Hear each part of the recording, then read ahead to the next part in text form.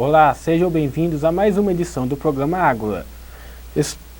Nosso objetivo é discutir os fatos que estão em destaque no país. Além do YouTube, você pode nos acompanhar pelo Instagram, @agorafacop, e participar. Nosso tema de hoje é privatização. Sabe pouco sobre o assunto? Vamos acompanhar na reportagem de Vanessa Rojas, Isaac Galileu e Rafael Carlos. No dia 21 de agosto, o presidente da República, Jair Bolsonaro, anunciou um plano para a privatização de empresas estatais do Brasil. A tônica de liberdade econômica que vem tomando o governo de cima para baixo, que vai chegar aos municípios, segundo o que a gente vê notícias, inclusive nesse ano, mas é uma tônica de diminuição do Estado, para que, havendo diminuição do Estado, o Estado necessite de menos recursos da população. E qual o motivo para essa mudança? O governo explica que a ideia de privatizar alguns setores ajudará com a diminuição de gastos e também como uma forma de priorizar o que é essencial. Talvez sobre esforço para a administração centrar naqueles papéis que são mais fundamentais, né? Então deixa uma empresa, deixa um setor da área econômica para a iniciativa privada e vamos focar em serviços públicos por natureza.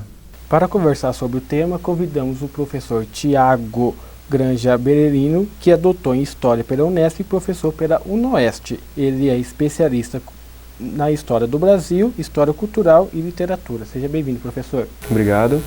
Do lado dele, contamos com a presença de Divaldo Cerezini, que é administrador, especialista em gestão empresarial pela Universidade Federal do Paraná, especialista em gestão de negócio imobiliário pela Unicesumar de Maringá. Seja bem-vindo também. Muito obrigado, boa noite. Boa noite. A minha primeira pergunta é para os senhores, para os dois. O Ministério da Economia divulgou que o governo tem 637 empresas que ele é dono ou faz parte. Professor, por que tantas empresas e qual que é a função delas? Bom, a gente tem que considerar um resgate histórico para a gente entender essa situação, né? O Brasil é um país que tem uma tradição agrária e de tradição agrária exportadora. E diante dessas características, o país teve uma dificuldade enorme de avançar na industrialização. Isso é principalmente no século XIX e no início do século XX. E diante da ineficiência da burguesia brasileira e também da falta de recursos privados para o fomento da industrialização, o Estado acabou assumindo uma posição de liderança nesse processo. Isso ocorreu principalmente durante o período Vargas, que deu um impulso inicial para a industrialização brasileira, principalmente nos setores de bens de capital, ligados à produção de aço, energia. E mais tarde, durante a ditadura militar, esse processo se acentuou quando existia no Brasil um grande debate sobre aquilo que se chama de nacional desenvolvimentismo, que é um conjunto de políticas públicas econômicas ligadas ao desenvolvimento da indústria, do comércio, dos serviços, dos setores de transportes, telecomunicações, e que, embora seja uma política pública discutida pelos setores da esquerda, liderados no Brasil pelo Celso Furtado e o grupo do CEPAL, também teve uma aderência muito forte entre os governantes militares. De modo que o nacional desenvolvimentismo é talvez o grande responsável por esse número enorme de empresas estatais que foram, na sua maioria, criadas durante a ditadura militar. Diante da ineficiência do setor privado, diante da falta de capital, diante da presença das empresas multinacionais, o Estado assumiu um posicionamento de levar o desenvolvimento brasileiro a cabo, esse desenvolvimento, então, sendo conduzido pelas forças públicas, né, num momento de necessidade. Sim. Então, ali nos anos 60, 70 e 80, onde a grande maioria dessas empresas elas foram criadas, havia uma necessidade. Haja vista que o Brasil, por exemplo, tinha deficiências notórias no setor de telecomunicações, no setor de geração de energia, daí então essa necessidade. Vou ter que passar para o seu Divaldo.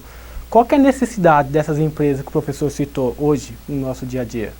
É inegável que algumas dessas empresas tiveram um papel importante no passado, tá? Mas eu tenho uma visão um pouco diferente nesse sentido, até porque a grande parte dessas 637 empresas, o governo tem o controle de 205 e o resto é ação que ele é acionista minoritário, aconteceu nesses últimos anos, né, nesses últimos 15 anos, principalmente por conta do investimento do BNDES, que é dinheiro público, dinheiro de cada um de nós que paga imposto, em empresas como a JBS, como a Arapuã, falida Arapuã, o Grupo X do Ike Batista. Isso daí aconteceu, como a gente tem acompanhado, por motivos muito alheios à questão do desenvolvimento econômico, né? Aconteceu, como a Lava Jato demonstrou, por pagamento de propina em benefício do administrador, em vez de beneficiar o dono do dinheiro, que é a sociedade, né? Então, eu diria que hoje o papel da empresa estatal é muito mais ser cabide de emprego, principalmente com os gordos jetons pagos aos conselheiros dessas empresas. Só o BNDES tem cadeiras em 44 empresas privadas. Sim, e essas cadeiras têm um salário meio alto. A média das empresas estatais é de R$13 mil por mês, sendo que os trabalhadores por carteira assinada é de apenas R$2.200. Professor, por que uma diferença tão grande da empresa estatal para a empresa privada? Olha, eu acho que a gente tem que pensar um pouco mais profundamente a questão, né? E refletir acerca de qual que é o papel social de uma empresa. Nos últimos anos, a gente tem visto que as empresas privadas têm mudado a sua postura e, ao invés de pensar apenas no lucro, elas têm priorizado também o impacto social, ambiental que essas empresas geram. Essa reflexão, que também está presente nas ciências sociais, mas também no setor da administração de empresas e de negócios, de maneira geral, coloca a questão que é a seguinte: qual é a função de uma empresa? Então, quando a gente pensa a função de uma empresa privada, a sua função primordial é a geração de lucros. Dada essa questão, é natural que para que o lucro seja priorizado, você tem que diminuir custos. E um dos custos mais importantes de qualquer setor empresarial é o salário. De outro modo, as empresas públicas, elas têm outra função social, que é oferecer ao cidadão serviços básicos que não são oferecidos pela iniciativa privada. Nossa equipe foi na rua pegar as perguntas da população e é sobre esse tema mesmo. Vamos conferir?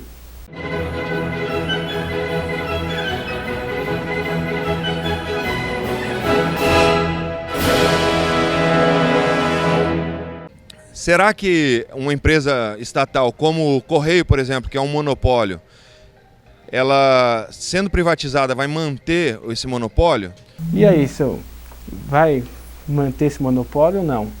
Se não for mudada a Constituição em relação à distribuição de correspondências, não mudaria isso daí, né? A qualidade do serviço, ela se dá pela concorrência. A qualidade e o preço, ela se dá pela concorrência. Você vai escolher quem vai te fornecer um produto ou um serviço por gostar daquilo lá. Se não está te atendendo, você deixa de comprar, exceto se houver um monopólio, né? E o monopólio, então, ele não é bom em nenhum sentido, nem o privado e nem o público. Tá? Nós precisamos de um mercado que tenha mais liberdade para as empresas atuarem, para que haja a concorrência, e aí sim a gente ofereça um produto de melhor qualidade e a um custo menor. Porque acima de ter um custo menor, para ter lucro, a empresa tem que vender o seu produto. Professor, o senhor concorda com essa ideia do monopólio? Bom, eu preciso concluir o raciocínio anterior, né? De modo que, uma vez que as empresas públicas oferecem um serviço público e não visam lucro, de maneira geral elas têm uma tendência a pagar salários maiores. Em alguns setores, esses salários maiores se dão também contraditoriamente para evitar corrupção, né? Fazendo com que o funcionário, uma vez que ele receba um alto salário, ele não se sinta tentado a burlar as leis e as regras que envolvem aquele setor de atuação. O que a gente tem que entender sobre as privatizações é que elas não são negativas, elas têm um lado positivo. Mas, no meu entender, elas têm que ser acompanhadas por agências reguladoras do Estado que vão acompanhar a atuação dessas empresas e aí, então, avaliar se elas estão concentrando o mercado, avaliar se elas estão permitindo a livre concorrência e, principalmente, avaliar o impacto que as empresas estão gerando na geração de bons serviços e bons preços. É o que acontece na Europa, por exemplo, onde praticamente não há empresas estatais de grande porte como no Brasil e onde há agências reguladoras que atuam como um braço da sociedade dentro dessas empresas, investigando e analisando a sua atuação, para ver então se elas estão cumprindo bem com as suas funções e estão distribuindo à sociedade aquilo que elas ganharam como direito ao é se privatizar um determinado setor. Sim. Né? Vou ter que chamar um intervalo rapidinho, professor. Desculpa te interromper de novo, mas já voltamos com o próximo bloco.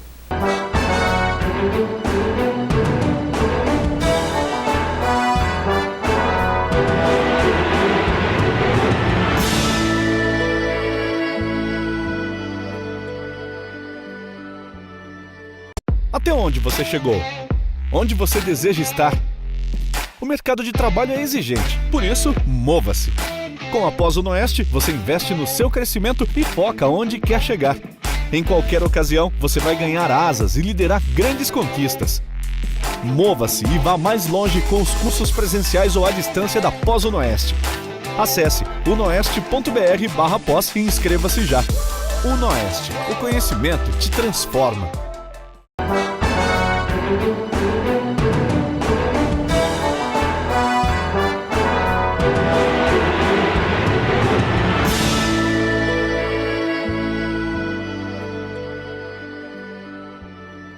Voltamos com o programa Ágora com o tema privatizações. Contamos com a presença do professor Dr. Tiago Granja Berieiro e o empresário Divaldo Cerezini. Vamos continuar com o programa e falando sobre os Correios ainda. Ano passado, o Correio teve superávit de 161 milhões de reais. E nos últimos 10 anos, em apenas 2 teve déficit, em 2015 e 2016, ano da crise aqui no Brasil. Por que privatizar uma empresa dessa? Essa é a dúvida. Uma empresa que dá lucro, por que privatizar? Dando lucro ou dando prejuízo, e não interessa o tamanho do lucro, né? Porque a gente, para considerar se o lucro é bom ou ruim, temos que também considerar o quanto de dinheiro tem investido nesse negócio. Mas a pessoa ela tem que ter a liberdade de escolher onde ela vai investir o seu dinheiro, e hoje a gente não tem isso. Hoje todos nós somos obrigados a sermos acionistas dos Correios. E se eu não quiser ser acionista do Correio? Eu não tenho essa opção. Eu tenho que ser acionista da Petrobras. Eu não posso ser acionista de outra. Eu posso até ser também acionista de outra empresa. Então, mais do que tudo, eu entendo que está a liberdade da pessoa de fazer a sua escolha. E, por fim, o Estado, ele não é bom empresário. Nenhuma empresa estatal, ela vai ter o nível de eficiência e de qualidade de uma empresa de porte semelhante que seja privada. Até porque a gente observa que o que foi feito historicamente com as empresas públicas foi servir aos administradores, em vez de servir aos donos, que é o povo. Então, os grandes escândalos de corrupção, embora a corrupção ela exista no setor privado e muito grande também no setor privado, mas aquilo que se torna escândalo acaba sendo o do público, justamente por atingir a todos. Então, o que eu vejo é que o serviço de melhor qualidade, nós temos isso no setor de telefonia, por exemplo, ele vai ser melhor prestado pela empresa privada do que pela empresa pública, porque o objetivo é oferecer um produto que seja vendável, né, que possa ser vendido para a sociedade. O produto na empresa privada é melhor que o produto da empresa pública, professor? Eu acho que tende a ser, mas nem sempre, né? Então a gente tem exemplos históricos do que pode acontecer no sistema de privatização. E um deles é o citado pelo Divaldo, que é o do setor de telecomunicações, né? Antes da grande privatização que houve nesse setor, o Brasil tinha dificuldades imensas, né, nessa área, por conta da falta de investimento público nessa atividade. E aí era comum que as pessoas comprassem uma linha telefônica, pagavam custos de em torno de R$2.000, né? Inclusive locavam a linha telefônica diante do baixo investimento do Estado nesse setor, isso nos anos 80, nos anos 90, que foi um período bastante difícil para o país, né? Depois da privatização, nós conseguimos universalizar o acesso à telefonia celular, o que é um fator positivo, né? Haja vista que o preço das linhas se tornou praticamente nulo e o acesso da população à telefonia se tornou bastante fácil. Nesse caso, então foi bom a privatização. Porém, tem um lado ruim disso também, que é o fato que no Brasil a gente paga o minuto de celular mais caro do planeta. E isso acontece por quê? Porque as empresas que atuam nesse setor no país são empresas estrangeiras, mexicanas e europeias, e elas cobram pelo seu serviço em dólar. Então, o que a gente tem que pensar é nos lados positivos e nos lados negativos que esses processos de privatização podem vir a trazer. No caso específico da privatização da Telefônica, da antiga Telesp, que deu origem à Telefônica, hoje chamada Vivo, se estipulou que naquele momento haveria uma taxa que seria paga pelos assinantes para cobrir os investimentos da empresa no país durante a sua expansão. Essa taxa girava em torno de R$40 e que ela seria abolida mais tarde, uma vez que os investimentos já teriam sido realizados. E até hoje os assinantes continuam pagando essa taxa devido ao lobby dessas empresas no Congresso Nacional. Isso é porque a agência reguladora não funciona no Brasil? Isso é porque as agências reguladoras, de maneira geral, elas têm sido dominadas não por agentes públicos idôneos, mas por agentes, muitas vezes, ligados às próprias empresas que elas deveriam fiscalizar. Tá, agora vamos para a pergunta da internet, feita pela Carolina Nader. Vamos colocar aqui na tela. Qual a relação entre a privatização e o liberalismo econômico, professor? Bom, o liberalismo econômico, de maneira geral, né, ele se apresenta no mundo a partir do século XVIII e do século XIX, e ele cumpriu um papel importantíssimo na Europa, sobretudo na Inglaterra, no desenvolvimento econômico, quando quebrou monopólios, quando abriu o mercado, quando liberalizou as atividades econômicas, e sem dúvida, né, que o liberalismo ele cumpriu um papel fundamental no desenvolvimento industrial europeu e também em outros países do mundo, né? Mas ele tem limites. E esses limites aparecem quando as crises econômicas elas se tornam mais graves. Então eu vou dar 2 exemplos históricos, né?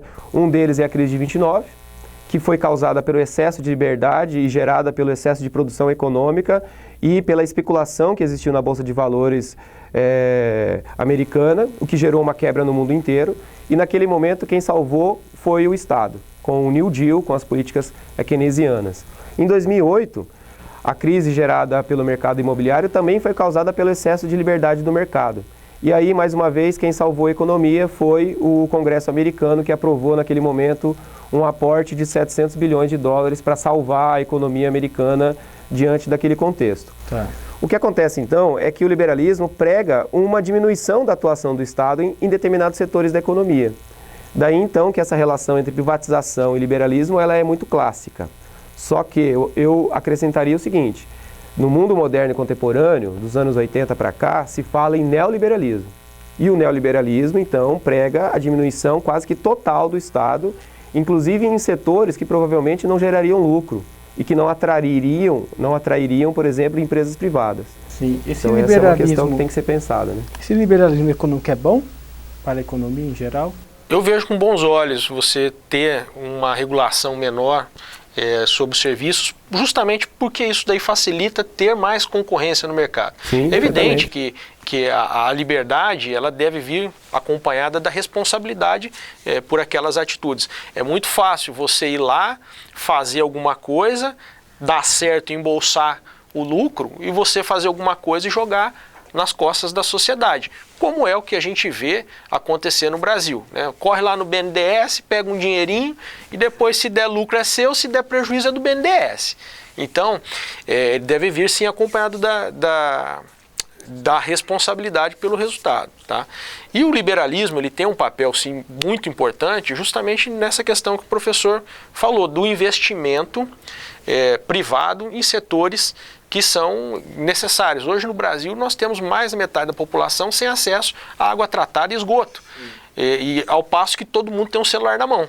Então, enquanto o primeiro é administrado pelo Estado, o segundo é pela iniciativa privada. Tem seus defeitos, é claro que tem seus defeitos, né? Mas é uma situação melhor. A conversa está muito boa, mas o tempo passou voando. Já se foram nossos 20 minutos. Agradeço a presença do senhor. Muito obrigado. Eu que agradeço a oportunidade e gostaria de parabenizá-los pelo programa. Professor, muito obrigado também. Eu também agradeço. Eu vejo que as oportunidades de diálogo são fundamentais para a gente construir um futuro melhor para o Brasil, com ou sem privatizações. Exatamente. Agradeço a presença de todos que nos acompanharam. Muito obrigado e até a próxima. Tchau.